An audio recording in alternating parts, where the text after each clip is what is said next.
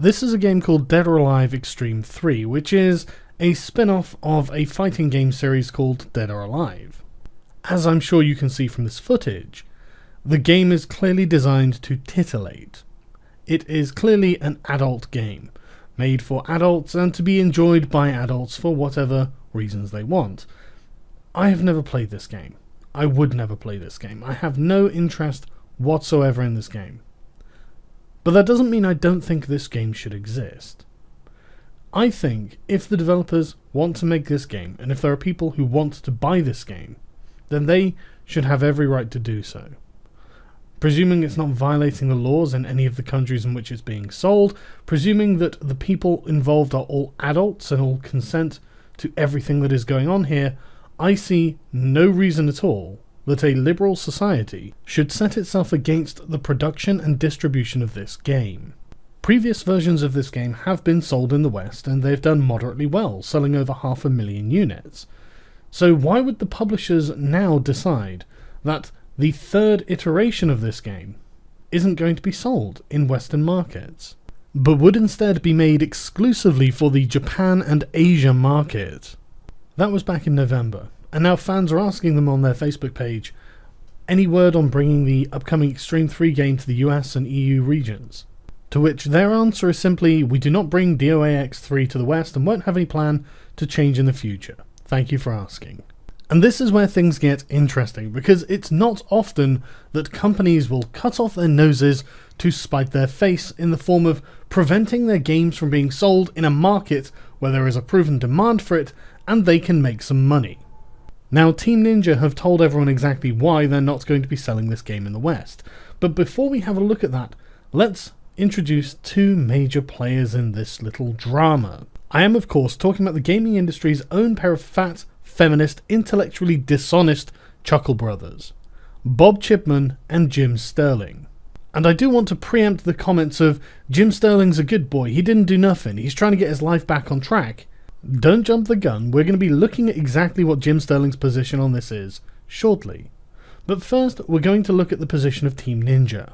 Now, they had previously said that they would bring Dead or Alive Extreme 3 to the West if there was a demand. To which they answered, do you know how many issues happening in video game industry with regard to how to treat female in video game industry? We do not want to talk about those things here, but we certainly have gone through in the last year or two to come to our decision. Thank you.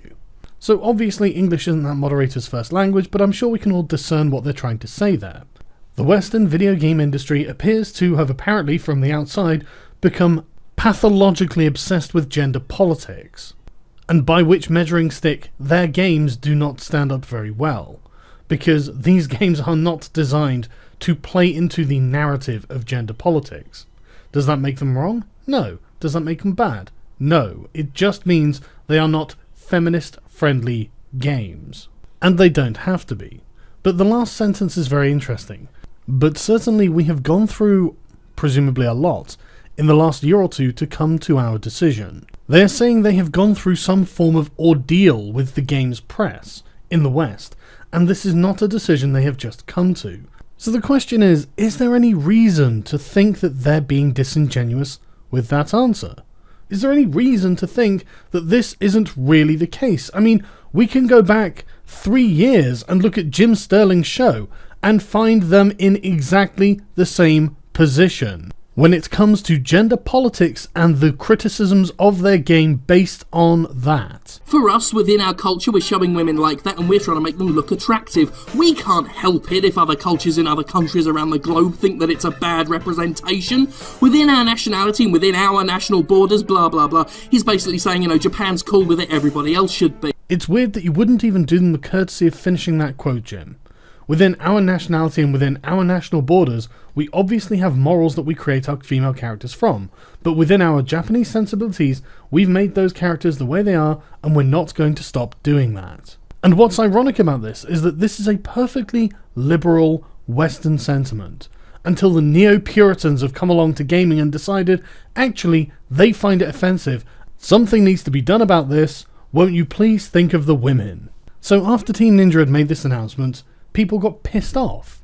This was an actual example of social justice warriors creating an environment in the game industry where a developer didn't feel that they could publish their games in Western markets because of the content of the game. Even though it's not illegal, it's not wrong, it's not immoral, it's just not feminist. So online vendor of Asian products PlayAsia decided to tweet out that DOA X3 will not be coming to the US due to SJW nonsense. However, we will have the English Asia version available, as you would expect an online vendor to do if they can see a hole in the market. Given that they had just tweeted about a hot topic, it was a really popular tweet, and PlayAsia gained around 15,000 followers in the next few days. This of course led to all kinds of conspiracy theories being cooked up by our favourite fat pundits. But when it comes to gaming, tons of people take obvious marketing bullshit like this 100% seriously. Now, some people have accused me of making up this controversy from whole cloth in order to gain attention and sucker a bunch of chumps into doing my marketing for me. Oh yeah, well done guys. You've got them. You've absolutely caught Team Ninja and PlayAsia conspiring together to create the social justice pressure from the games industry just so they could exploit that for sales. That's what they were doing.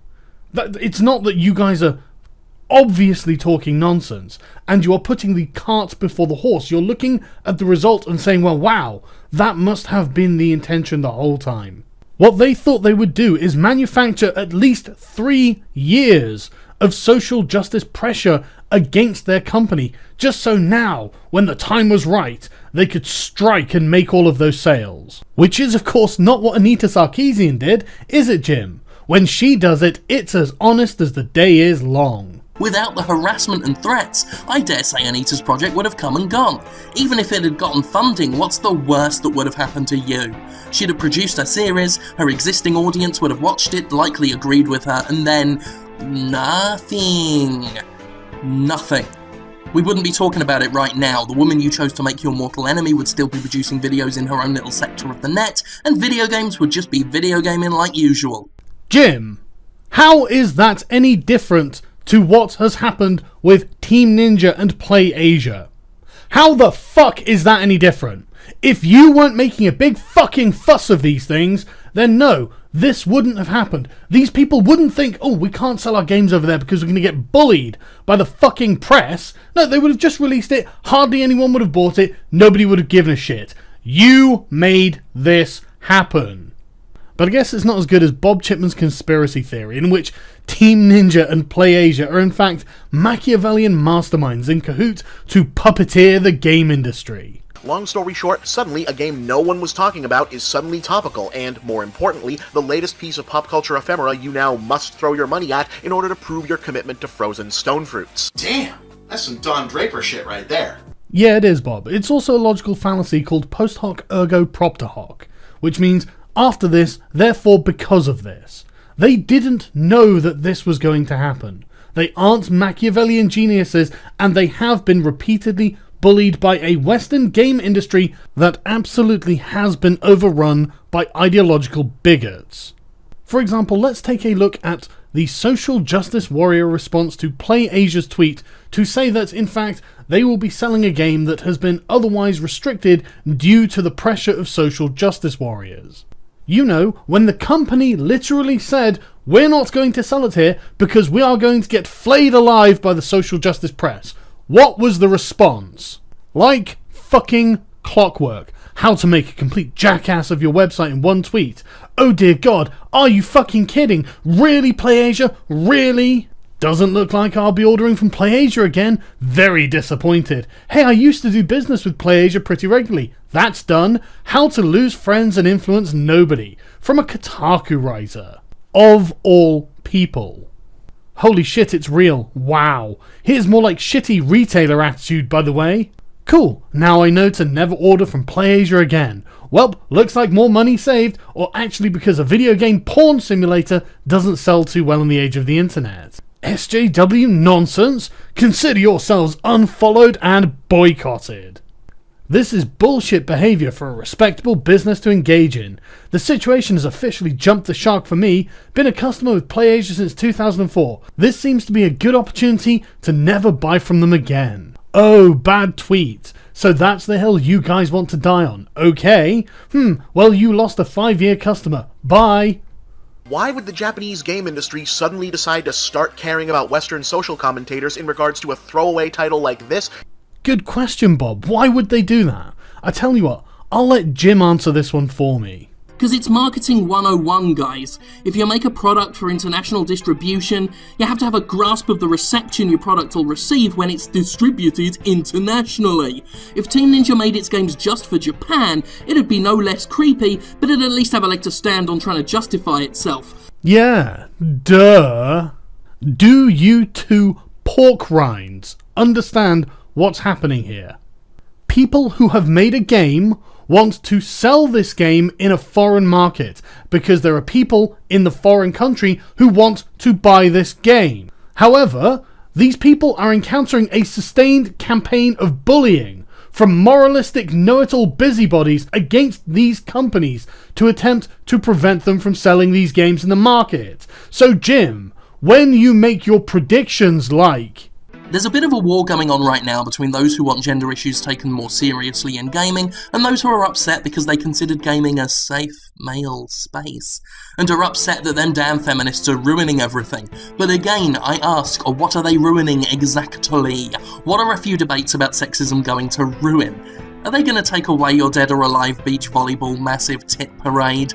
Would that be a loss, even if they did? Which they won't, because so long as the market exists, publishers won't change shit. Jim, I think it's safe for us to say at this point that your prediction that you thought wouldn't happen has happened. Literally, this has happened. In fact, with the pair of you, I think we can drop the act completely and really address what you're actually doing here. What you are doing here is apologia. You are trying to mitigate and minimize the effect that social justice is having on the gaming industry in the West. Your ridiculous case was they're not going to take your boob game away, that would be ridiculous, has come to pass. So let's not pretend you're doing anything else other than propagandizing us. We know you are wrong. Everyone can see it. And it's only weird social justice creeps who are the people that are backing you. Even normal people would like to see you go, but they are too scared to speak up about this because the social justice lynch mob might come for them instead of Play Asia. The thing is, I can only imagine that at this point, you know you are lying to someone. I don't know whether it's me, one of your fucking fans, or whether it's yourselves. The people who force themselves to get in front of a fucking camera and spew this bullshit. And you know it's bullshit. You know it. I can see it on your fucking faces when you're delivering your half-cocked crap. You know what you're doing is wrong. You know restricting people's access to media that is completely legal is wrong just because you personally don't like it. You know that it's wrong to be part of a small but very loud minority who will quite happily join in a chorus of jeers to a developer who makes a game they simply do not approve of. You are upholding and perpetuating that mindset, and you should both be ashamed, absolutely ashamed of yourselves. I am really fucking sick of this Puritan mindset, and I am really fucking sick of this memory loss you seem to be having. You seem to think this is the first fucking thing social justice warriors have done in this industry that directly affects either the developer or the consumers you are meant to be advocates for. Don't worry, they're not going to take your Dead or Alive Extreme boob game. Well, actually, yeah, they did. What about with Assassin's Creed? Oh my god, there's no female protagonist. The sky is falling. This is 2015. How can this be possible? What about when Lionhead Studios tweeted out a game asset from one of their own games? And they get dogpiled by a bunch of social justice crybullies on Twitter to the point where they delete the tweet because they are receiving so much shit over their own game asset. What about the outrage from Pillars of Eternity's hateful joke? Oh my god, Mortal Kombat 10 characters need to be realistically proportioned, or else. Let's have a big sexism debate about Dragon's Crown. Oh yeah, what is it, a video game? We're having a debate over a video game. And a pair of animated boobs. No, seriously. God forbid anything be specifically for adult males as well. That would be the worst thing in the world. Why can't something be exciting and titillating? You don't have to fucking buy it. You idiots seem to think we haven't seen this dozens and dozens of times. What about when Hatred was removed from Steam due to social justice outrage and it took Gabe fucking Newell to get it restored? Are you going to say that that's nothing? Nothing at all there. There's no censorship here. I'm serious, guys. There are huge numbers of examples of this happening. This is something that we just cannot allow, apparently. To the point where Nintendo are censoring their own games. And not only are they censoring, these people are total fucking hypocrites. Look at this. Maddie Myers. Oh, look, this woman's dressed sexily. That's terrible censorship. Maddie Myers. Street Fighter 5's pre-order costume designs look amazing, especially Hot Ryu. And no matter how many changes the game industry makes, nothing is ever good enough. Seriously, these fucks just will not stop. They can't seem to think about anything else when it comes to video games. I mean, and we're not even talking about the Gamers Are Over articles, the Gamers Are Dead articles.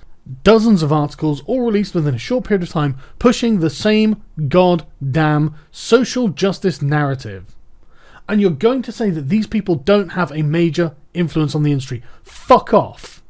You must think everyone's fucking stupid. You must literally not realise how stupid you sound. And then when challenged to turn around and double down on your bullshit, amazes me. I am shocked. I'm almost in awe of your lack of self-awareness. Honestly, Jim, how do you expect anyone to believe you don't think you're lying? You start this Ask FM reply with, nobody is taking the games away. I still stand by that. And then you end it with, it's a shame though, I was looking forward to reviewing that. Why can't you review it, Jim? I thought no one was taking the fucking games away. But look at the rest of what you've said. If you think a few bloggers influence those corporate decisions, you're an idiot. They are literally telling us that's the case. They are literally saying it, Jim. But who are you going to believe? Me or your lying eyes? Or look at this. They've decided not to localize a game that probably doesn't sell very well in this market, all because it apparently can't handle the criticism it expects. How many excuses do you need to pack into one sentence, Jim? Let's take this bit by bit, shall we? Do we think a few bloggers influenced those decisions? Well, yeah, sure, actually, Jim. This is the traffic for Kotaku. 14 million global unique views a month. What about Polygon? Almost 11 million unique hits a month. You're telling me these people don't influence developers? We know from the ESA that 3% of people are influenced by game magazines. That's 330,000 people every month who could be swayed to buying that game. And you know what's interesting is that that's a very large proportion when you look at the sales. Or, as Thomas Eller likes to put it, the real reason Dead or Alive Extreme 3 isn't coming to the West. Look at that. More fucking excuses. More people who think they know better than the actual developers themselves. This article at least uses the numbers, Jim. The first one sold 590,000 copies worldwide. Now that sounds like a lot to an indie developer like me, but I'm sure it's not to these people. And when you think, okay, that's not even twice as much as the number of people passing through Polygon's unique views who could be interested in buying a game because they're interested to hear what a video game magazine says.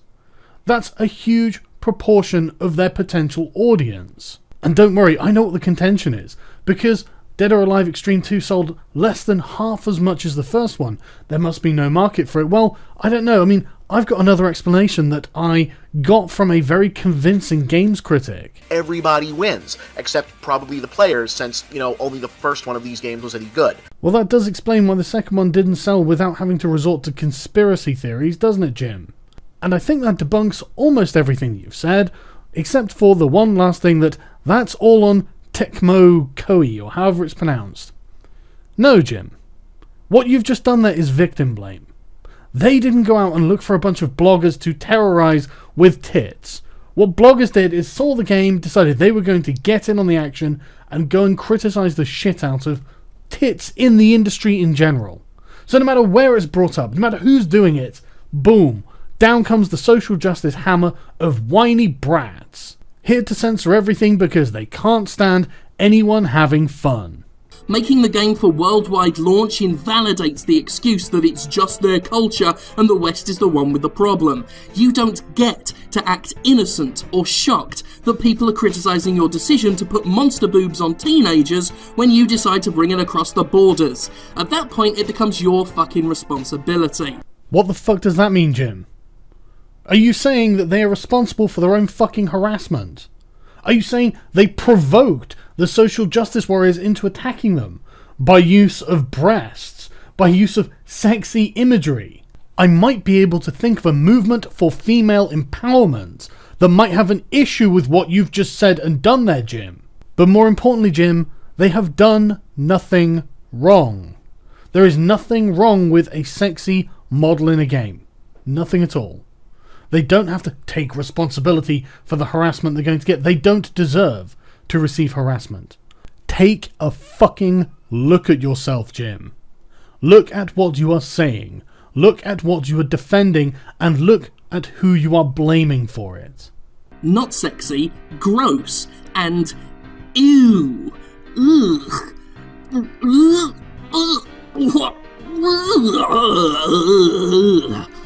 I could probably go on, but I think I've already made my point. I think it's become obvious that Bob Chipman and Jim Sterling are too biased in favour of social justice to accurately report on social justice.